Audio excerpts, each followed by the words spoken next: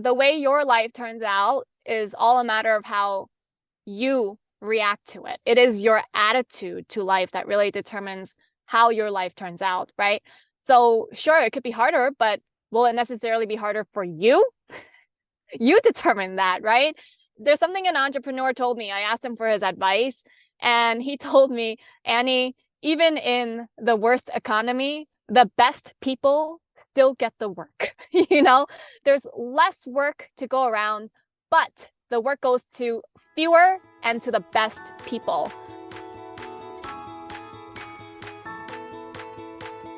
Welcome to You Belong in the C-Suite podcast. You are ambitious in life and in your career, but something is missing. You want to bring more of your passion to what you do. Because let's be honest, you pour a ton into your work, and it needs to mean more. I'm your host, Laura Eigel. I'm a mom, wife, PhD, coach, advocate, introvert, and indoor rowing fanatic. I'm passionate about living a life that's in line with my values.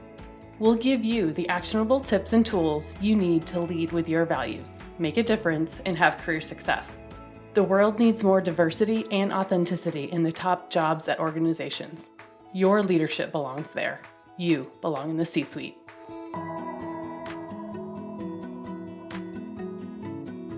What gets you up in the morning? What drives your decisions? What do you stand for? No idea, not even sure where to start? I use my values to guide my life and career. It's the basis of how I've built boundaries for myself and stuck to them. Are you ready to dig into what matters to you? Go to thecatchgroup.com to download your free values worksheet. That's thecatchgroup.com to download your free values worksheet to get to your core values and take action on what matters most.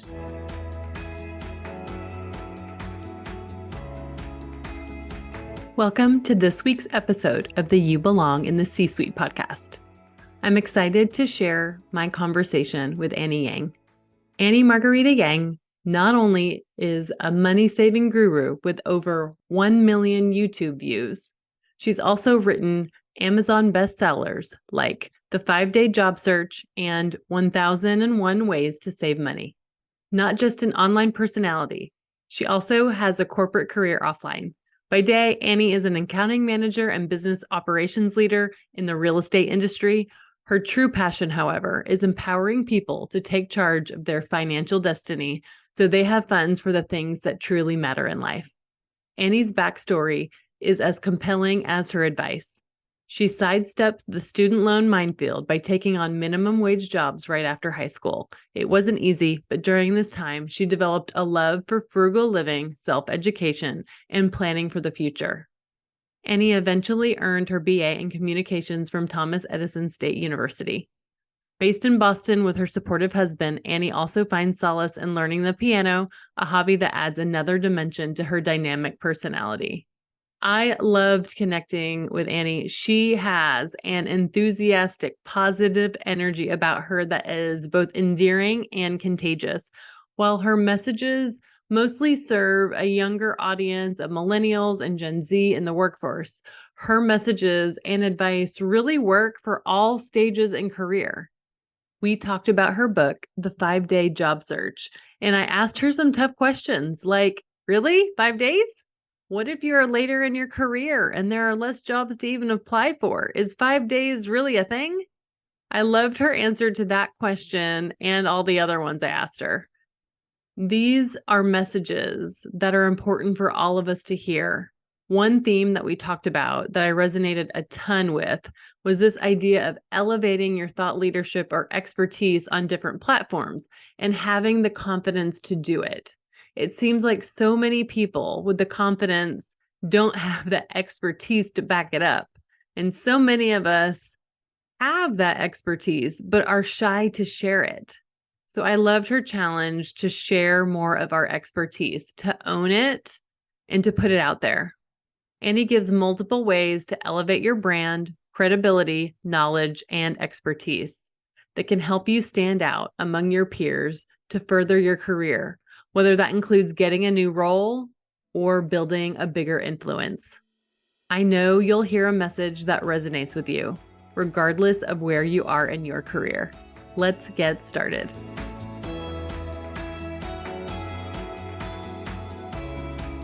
Well, I want to welcome you to the You Belong in the C-Suite podcast. Thank you so much for joining us today. Laura, thank you so much for having me here. Really excited to be here today.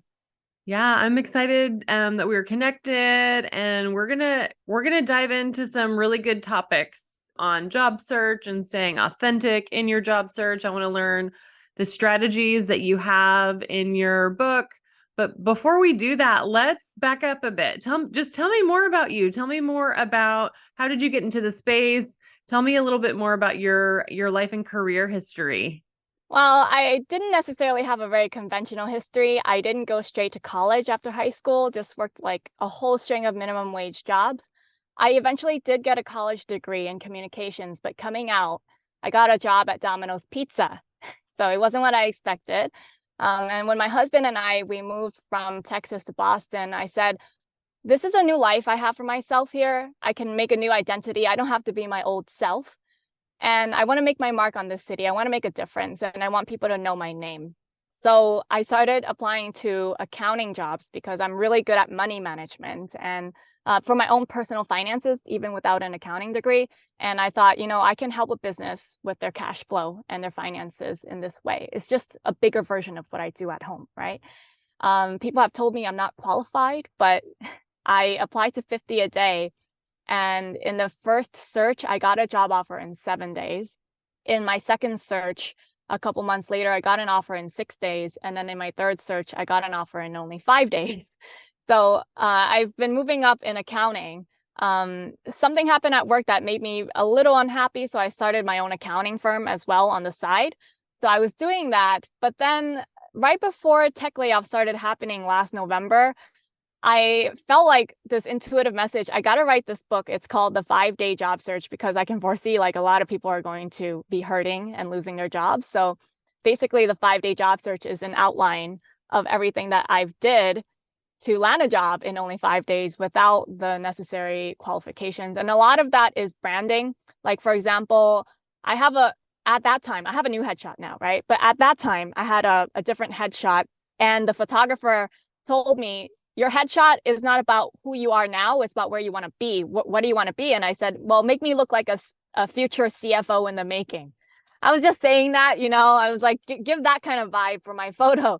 And actually, earlier in February, somebody did offer me a CFO position part-time, which I turned down, because I'm working on promoting this book. I got to sell it. But hey, it happened. I love it. I love it. So we're going to go a little bit deeper into some of these strategies, but even just a couple of the things that you've mentioned already is this idea of qualifications and not being qualified or being qualified. I think there's another theme about who do you want to be, right? And so regardless of what level you are in your job, whether you are earlier in career or if you are mid-career, if you're an executive already, I think all of these things apply. And I will tell you, I'm, 20 years into my career. I still have some of these same thoughts myself. And so I would love to say that they don't that you can overcome all of these and that they will always go away, but I just don't see that as the truth. I the women that I coach and my own personal experience, it feels like these are recurring themes that could come up over the life of your career. And I think it's just really important that we talk about them. So whether you're early in career, whether you're mid-career or later in career, I think all of those kinds of themes are relevant here. And so I'd love to just talk about that. Now, I will say, I think depending on where you are in your career, it may take you longer than 5 days because as we get That's a higher, misnomer. It's a yeah, misnomer. as we get higher in our careers, there's less roles, and we want to really, it's less about getting that. I want you to find like the job that has fulfillment. So we want to really talk through about like doing the research and ensuring that we're in the right culture, all of that kind of stuff. And so this idea of landing a job versus the perfect job in a certain amount of time, all of that kind of stuff we can unpack, but it may take longer if you are looking for specialized positions or if you're just further along in your career. I think we can both agree to that. Yeah. No, well, there's a little exception though, right? If Yeah. you really Tell think me. about it, really famous people. celebrities, right? Yeah, Literally yeah. celebrities in their field. I'm pretty sure when they want work, they get work right away. Oh, So, I like it. I like the I mean, pushback. It's good. imagine like Jordan Peterson wanted a new job and he was applying. I think he'd get phone calls the same day. He wouldn't, people Yeah. aren't going to take 7 days to call Jordan Peterson back, right? So I'm just using him as an example, but this is anyone who is like a household name. If they wanted to have a job, I guarantee you they get picked up right away. So if you can position yourself to be in the same manner where you're so well known, everyone does already know your name. It should be a quick search for you. All right. So let's talk about that. Let's talk about well, first, I love the pushback. Love it so much. So good. So let's talk about it. How do you position yourself? And what are some of the tactics and strategies? Kind of break down the things that you did for me that you want to highlight in the 5-day job search methodology within your book. Yeah, you have to think about it in terms of like thought leadership. You yourself, you are actually in the act of doing it yourself with your podcast because you have a podcast show. You're inviting guests on who are experts in their own domain, right? But that also elevates you, your own personal brand. I had an interview with another host the other day, and he told me, "Oh yeah, I got the founder of Reebok on my show." And then I was just like, what? How did you manage to get the founder of Reebok? Someone else that I know, I didn't personally interview with him, but his first guest was Evan Carmichael. He's like really famous in the self-help space. Everyone knows him on YouTube, right? And he used that to pivot and get other very famous people on his show. Grant Cardone, for example, by like not even 10 episodes in, he managed to get like a whole bunch of famous people on the show that he just started, and he was a nobody, right? So one of the ways is to have your own show, because that host did tell me, like, you want to get in contact with really rich and powerful, influential people. The way to do that is you need to have your own show, your own platform, because you're giving those people a voice. They're not willing to speak to you unless you have a show already. Yeah, it's interesting, this idea of having a platform. So what could a platform look like if you don't want to make your own podcast or YouTube channel, all the things? Like what could that look like for a job seeker right now? For a job seeker, it could literally just start with maybe writing some content on your LinkedIn. You know, some people start with that. They become like thought leaders on LinkedIn. So while we might not know them as a household name, a lot of people do know them on that platform. Another popular one right now, which is among Gen Z in particular, though, is TikTok. TikTok is going quick. You know, they are getting so many users, new users every single day. And the ability to grow on that platform is insane because, like, I think I posted only 2 or 3 shorts on TikTok so far, but like they try to push your short in front of random people within 24 hours and you get like about 250 people view it. You know, if it doesn't do well, they won't put it in front of more, but if it does do well, they will put it even beyond 250 people, it looks like. So that's much easier than growing on a platform like YouTube, where they cater to people who are not new. And it's short, you know, like can you do something that's 1 minute related to what your expertise is on, right? And then just post. It's also authentic. People don't like this whole like airbrushed corporate image that, you know, some people have. They like this authentic side that they want to see. Yeah, so this idea of becoming an expert or a thought leader in the space that you're in, whether that's on LinkedIn or other social media, what other things position you for success for this idea of 5-day job search? What are some other strategies that have worked for you and your and people that you work with? The other strategy is to write your own book.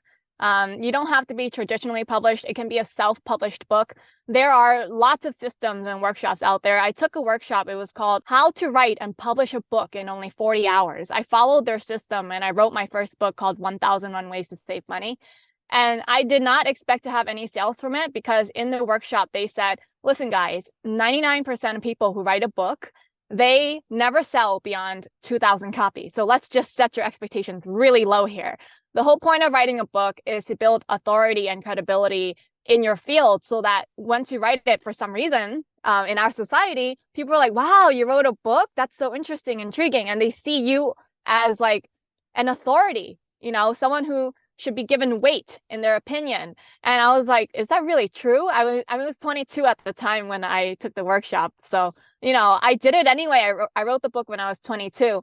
And in my first job search, when I was looking for that accounting position without any accounting degree, right below the education line where I wrote communications degree, I wrote author of 1001 Ways to Save Money. And that is actually what got me the phone calls for the interviews. So it does work. It does work. I love it. So it's this idea of, again, another way to position yourself as a thought leader, to get out your ideas, and to be seen as a credible expert in whatever the knowledge that you have is. I think also there's just an idea about a lot of people want to write a book, but not a lot of people actually do it. So I think there's also something to like, oh, you actually followed through and did it. I also think that that's just it's a sign of who you are and the kinds of things that you could do in a role. Does that make sense? Yes, yes. When I was in the interviews and they were asking me about the book, I was like, but shouldn't you guys be more concerned about my lack of a accounting degree here? They were like, but you wrote a book and that tells me you have discipline. Like nobody told you to write this book. In college, we have like professors, they tell you what pages to read. They tell you exactly what you need to study, what's going to be on the test and what it takes to pass. And there's this whole structure put in place to tell you what's necessary for success. And people are holding you accountable as well. But when you're writing a book, chances are you're the only one holding yourself accountable every day to make sure it gets written and then to make sure it gets formatted into a book for publishing as well. That's right. It's the discipline. I think it shows also your passion or your interest in the topic, that you can teach other people things, right? That you Yeah. document stuff, that you like all of that kind of stuff, that it says like so much about, I think, the person who you are and what you value, as well. And just your working style to be able to even complete something like that. And so again, it's just another kind of example, kind of even beyond a platform, that you can do to kind of codify your knowledge and put it out in the world. Yeah, definitely.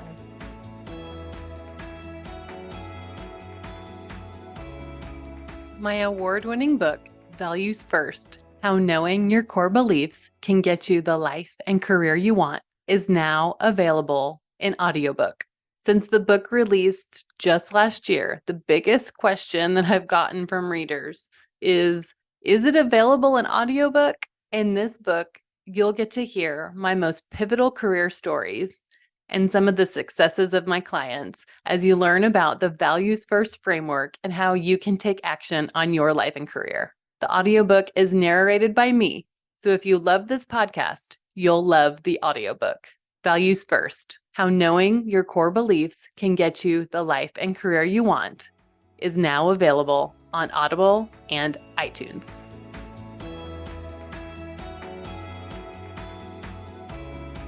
Are you saying, hey, do all of these strategies? Or are you saying do the ones that you think are authentic to you?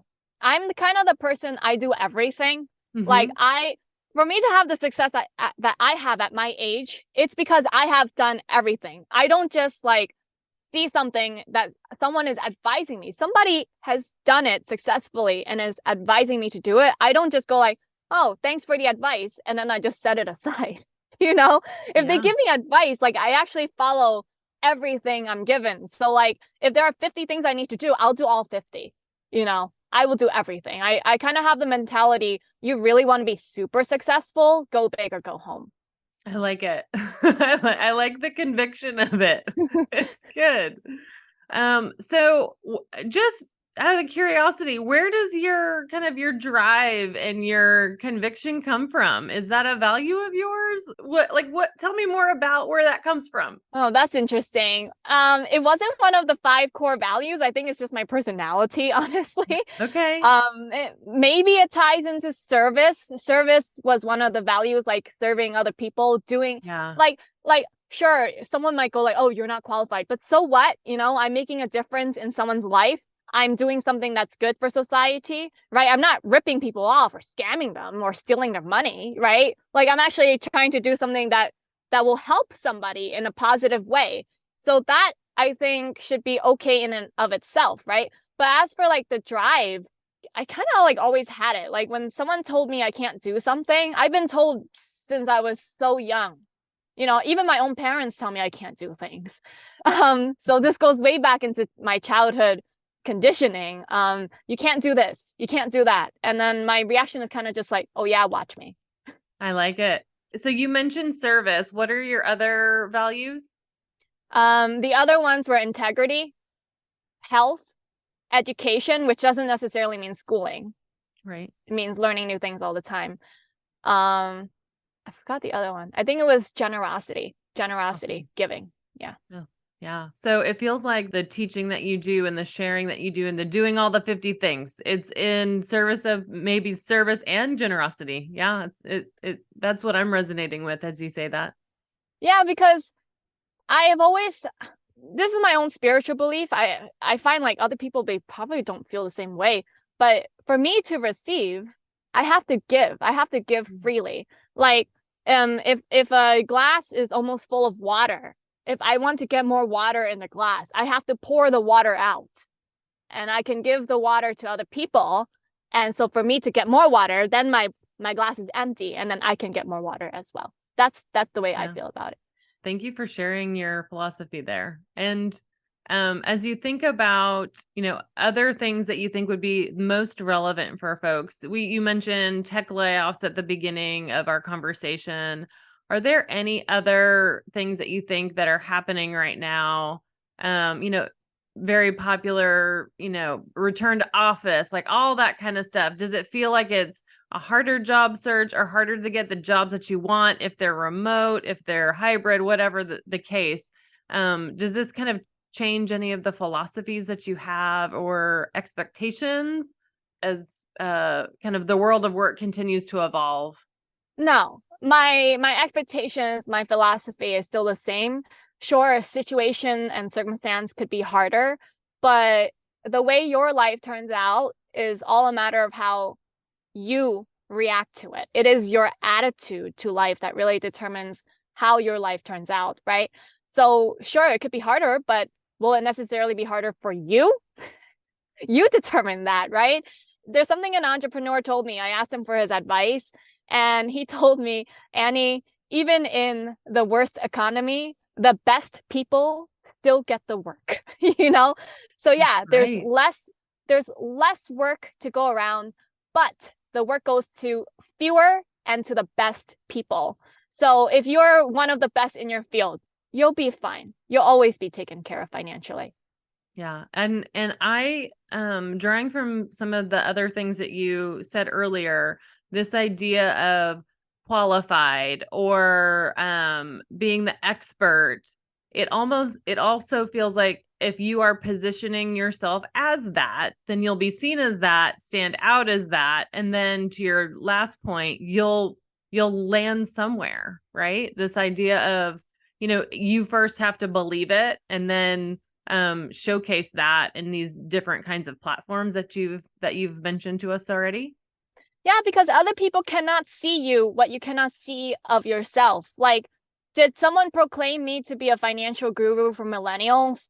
Like, did someone just wake up and was like, I proclaim Annie to be like one of the best experts for millennials? No, I had to decide for myself. I was like, I want to be that expert for millennials that people look to for advice on how to stop living paycheck to paycheck.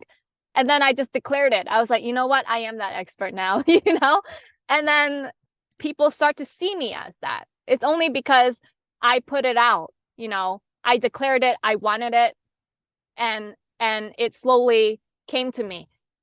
People cannot see you, envision you in something unless you envision it for yourself first. Yeah, and I love that example that you shared earlier about the picture of a CFO. Like you want to be that and you put that out in the world. Got your picture, your headshot is that, and then it came to you later. So I think there's definitely something, especially in job search mode, where sometimes we lose that. And we don't even see ourselves as that expert. We are shy to do it. I think often women are shy to say that we're good at something, to say that we are the expert in something. And so this idea of putting it all out there in that, I think we might be, if we're not doing that, if we're not proclaiming our expertise, then we are potentially holding ourselves back for the exact opportunities that we are actually dreaming about. Precisely. And I'm pretty sure your clients and everyone listening to this show is absolutely brilliant and capable. Okay. Like people who are listening to this kind of podcast, they're people who are looking to improve themselves, looking for those like little nuggets that can help them have the edge over someone else. So, what I really want to get at here is there are people in this world who are very shiny on the outside, but they are an empty shell on the inside. They have no substance. They have not worked on developing their competency, their actual expertise. They don't actually know what they're doing, but they are given the spotlight. They're given airtime on TV. Why? Why is that? It's because they wanted it.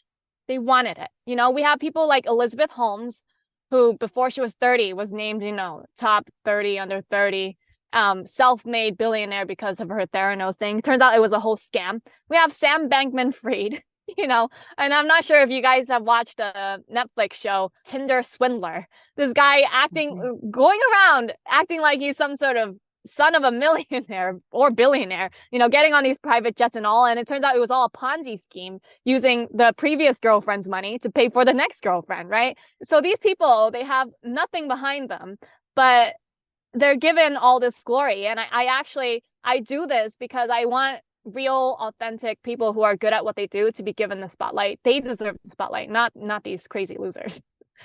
It's so interesting that there's so many of these documentaries now, right? That you could just watch that for probably years because they're so prolific right now. But some of those same tools and this idea, if you match some of those tools with somebody who's actually really good, and we do that more often, like how great would that be? This world would be a different place because we live in a really corrupt world right now.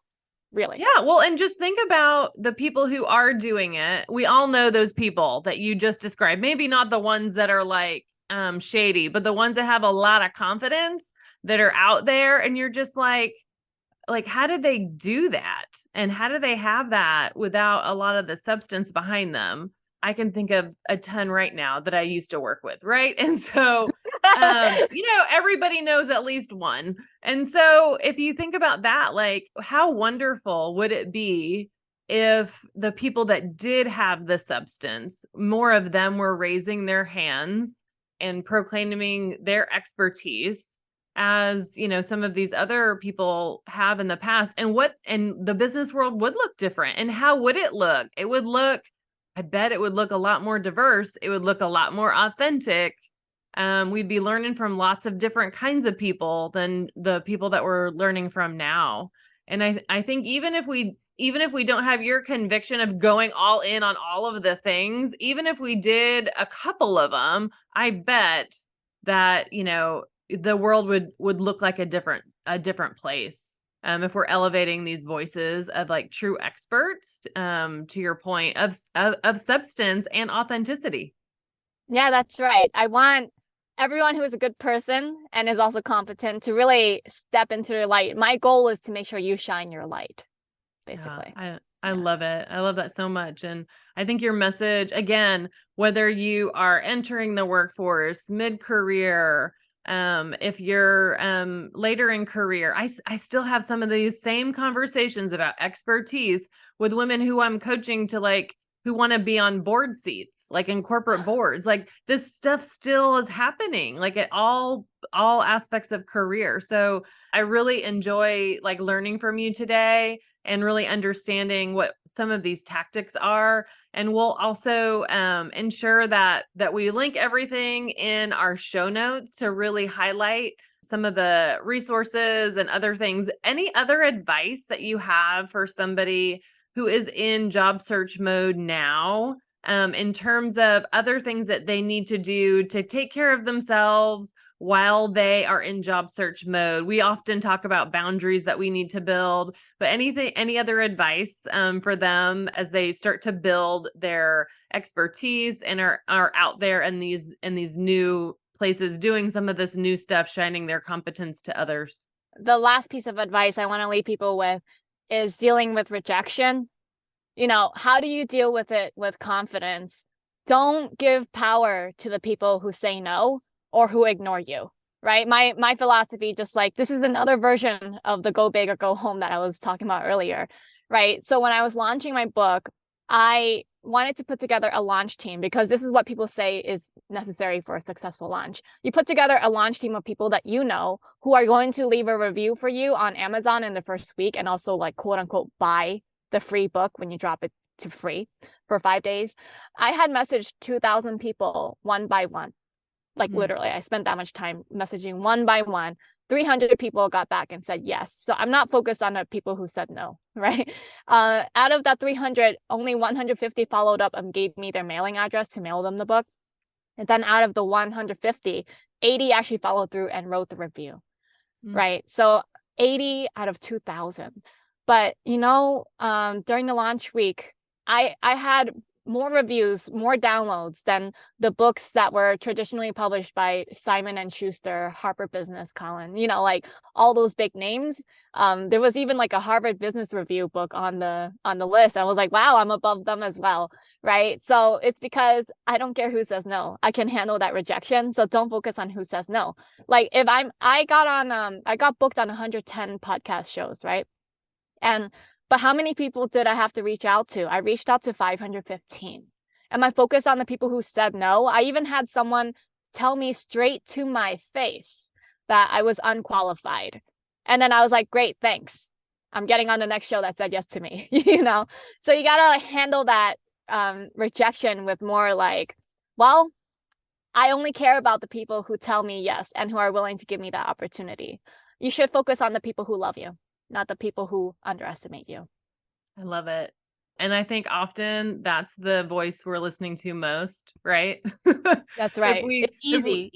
It's really easy to do that. I even think about when that's one of the rules, like don't look at the comments, right? But like sometimes it's like the one negative one that you like just focus on the most. But I love that so much. It's like the people that took the time to read your book and then to get back on Amazon and to support you and to put in those reviews, the people that have you on all of that kind of stuff. It will pay for itself moving forward. And that is like just really, it's advice that we probably give others, but it's really hard to do ourselves in the moment. But I really like that reminder. Yeah. It's not personal. Don't take it personally. That's right. That's right. Well, Annie, thank you so, so much for being on the show today. I loved your energy and really just your conviction around the work that you're doing. And what is the best way for us to connect with you? What platforms are you on the most? The best way to stay in touch with me is by going to www.annieyangfinancial.com. That's ANNIEYANG financial.com. Currently, the 5-day job search audiobook, the 5-hour audiobook is free. So at the top of the website, there's a link. It's called audiobook. You can click on it, put in your name, your email address to download it. So best way is to get on my mailing list. Okay, awesome. Well, thank you so much for sharing your thought leadership. And I really enjoyed having you in this space today.